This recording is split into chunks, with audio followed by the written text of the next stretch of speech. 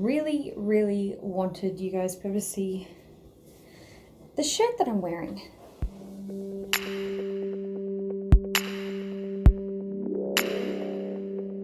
Hi, my name is Dahlia, a freelance editor and aspiring author, and today I'm here to review In a Mirror by Emily Bourne. If you don't know who Emily Bourne is, she is another fellow author tuber, and she has a big presence on kind of social media in regards to indie publishing or self-publishing, and she's also a cheerleader for anyone who wants to follow a publishing journey or to become an author or anything like that. She's a really, really sweet person. So if you are unaware, Emily debuted with In a Mirror this year. And if you didn't know, it's probably because you aren't following her, so her stuff is all down below. Go and follow her everywhere she has a presence and get yourself a copy. So as you guys know, I try and keep my my reviews honest, no matter what my affiliation is with the author. There's been some scrutiny over people reviewing books from friends or from arcs that they've received, but I try to always be honest, and I try to provide an opinion that's unbiased. So typically when I review books, I tend to developmentally review books. I don't do it, depends on how bad proofreading is or whatever. Some books have been really terrible with proofreading, but most of the time it's on the story, it's on the structure, it's on the characters, the arcs, the development, things like that. So what is In a Mirror about? In a Mirror follows two twins, Charlie and Brittany Matthews, who have their own troubles throughout high school and within their town and with their family. They are two very different girls, but they have a lot of similarities. Brittany wants to be popular. She wants a boyfriend. She wants to be at the top of the food chain, and she's willing to do whatever it takes. Charlie, on the other hand, writes poetry. She wants her mum and dad to get back together. They recently divorced, and she hasn't dealt with it yet. It's still hitting her very hard. So she's the opposite of Brittany. She pushes people away and becomes distant and doesn't let people in, or, you know, even her best friend, who's like the most amazing best friend in the entire world, she's very closed off. But this book is a YA contemporary. It's a lovely cozy beach read, especially if you know the beaches in Australia. You will know kind of exactly what the beaches look like in this book. You might be aware that I rated In a Mirror quite highly, more highly than I normally rate books. And really, my reasoning for this is because it portrays very important themes in a very respectful way. So being a YA, we are dealing with young adults, we're dealing with teenagers, we're dealing with drugs, drinking, eating disorders, all sorts of different things that teenagers go through. It's very relatable in that respect. And look how beautiful the cover is. When you read the book, the cover has so much more power. So even though this is YA, it does contain a lot of heavy themes, and this could be very triggering for a lot of people. So do make sure that you check out exactly what's within this book. You can see my review, which is in the description bar below, and many other people's reviews and what Emily herself has said about the book. But even though it's good because it deals with these heavy themes, because a lot of YA books don't. They're becoming more and more open to this sort of stuff, and, you know, kind of things that were taboo to, you know, give to young readers beforehand are becoming part of the normal because it's what teenagers are dealing with. One of the biggest reasons I enjoyed this book so much is because not only are the characters relatable, they are realistic in what they do. Their characterization is very telling.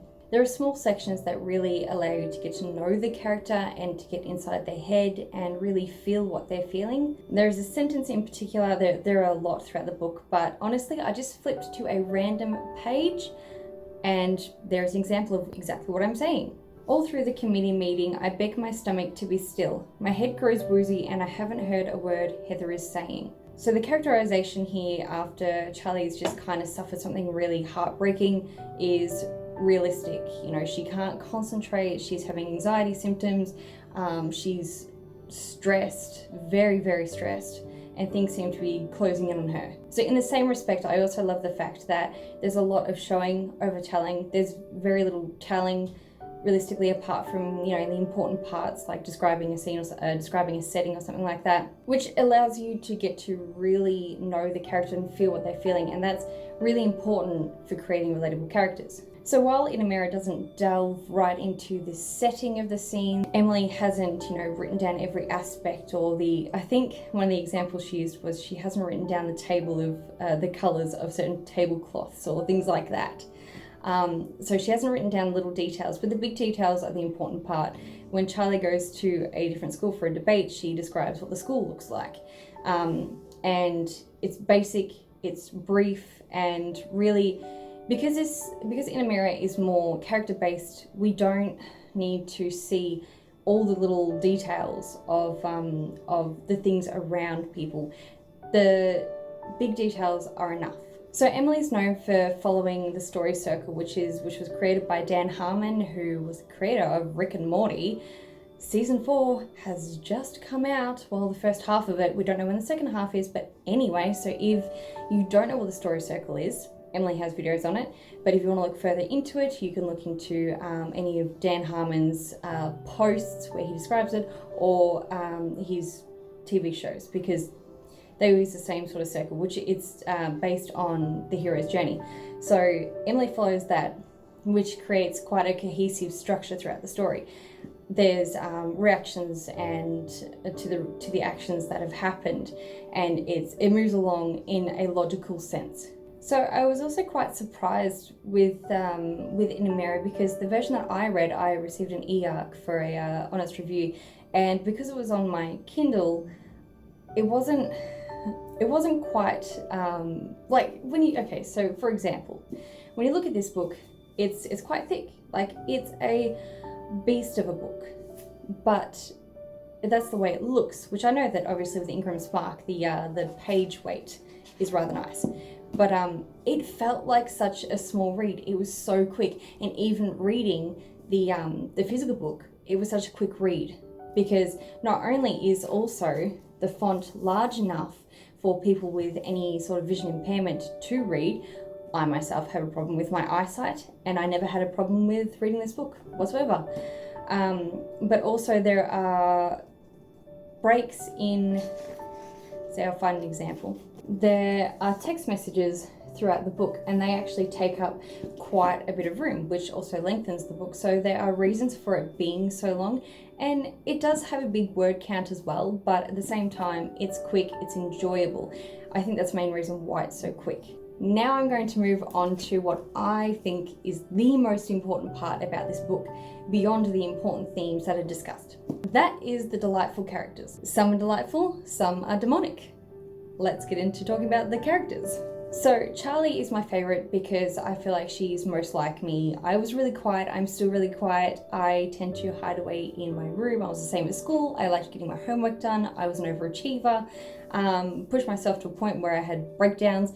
So me and Charlie are like one and the same, and her internal monologue and the way that she reacts to things is it just feels like I'm reading me on a page, and that's really, really cool. And so many other people have said this about both Brittany and Charlie, is how relatable they are.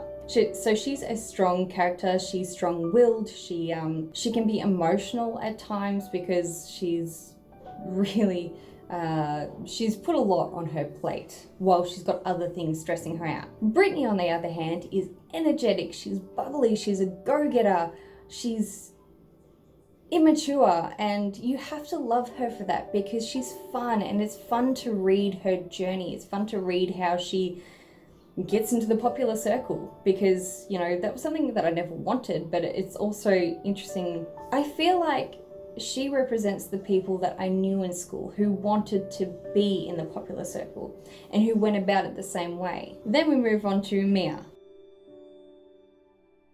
Mia is Brittany's best friend. Mia is horrible. That's all I'm going to say. Callie, Charlie's friend, on the other hand, is wonderful. She gives huge hugs. She has frizzy hair. Her glasses fall down to the bridge of her nose. These little details really draw you into the story as well. Callie's fun. She's protective. She's smart. She's also a little silly. And then we move on to Reese. Reese is Charlie's other closest friend, and he represents someone on the autistic spectrum. Emily has written this really well, written him and his attributes and who he is as a person and kind of like the way he behaves.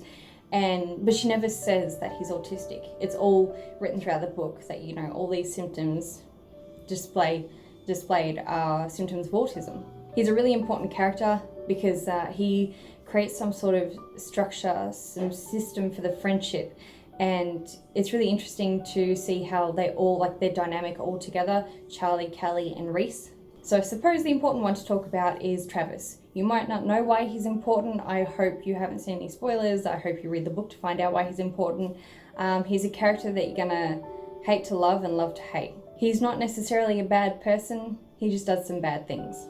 Bryce, on the other hand, is super sweet. Despite all the problems that he has at home, and despite when I was first reading his story, I was like, oh God, you know, he doesn't seem like he's really interested.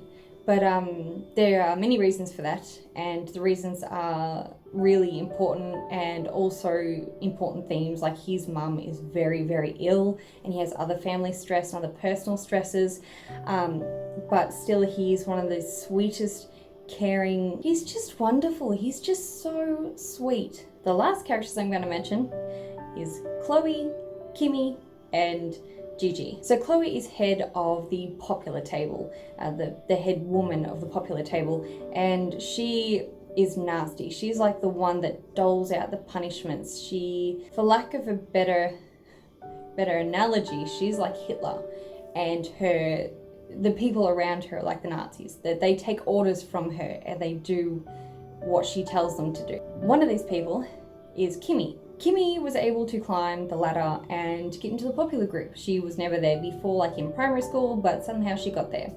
And she packs a punch. She is nasty. She's cruel. She's evil. She's another character that I really love to hate and hate to love because Emily has written her so well. And last but not least, we have Gigi. Gigi Larkin is awful. She's in Travis's friend group. So she's not in, you know, right at the top popular table with Chloe and all that, but she's like the head of the women from Travis's group, and she's conniving and she's manipulative, and she's also very attractive, very appealing, and uses this against people to seek revenge, to get what she wants, to just be generally terrible. She's a terrible human being. So for the characters of this book, I've actually made like character aesthetics for them. You can see some on my website. I'm going to put them all up on my website, so by the time you see this, they might be already up there.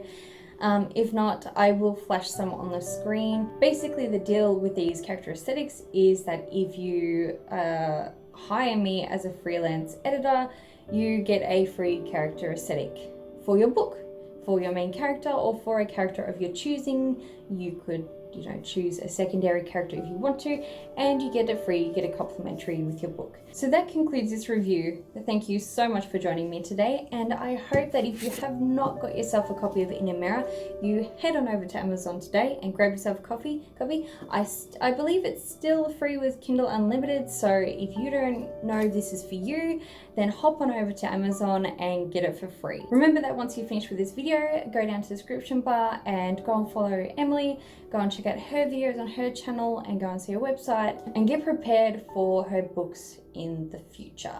2020 is going to be a big year for Emily, I believe. If you want to know more about me or my work or my life, then head into the description bar and you can see all my links listed below, everything to do with my website, all my services, or even me and my books. And don't forget to join up to my newsletter in order to get great discounts and wonderful giveaway opportunities like the one that was just held. The winner of that giveaway is receiving 25% off of every single edit that they require in 2020. I hope you had a wonderful Christmas and a wonderful New Year's, and I will see you next time. Bye.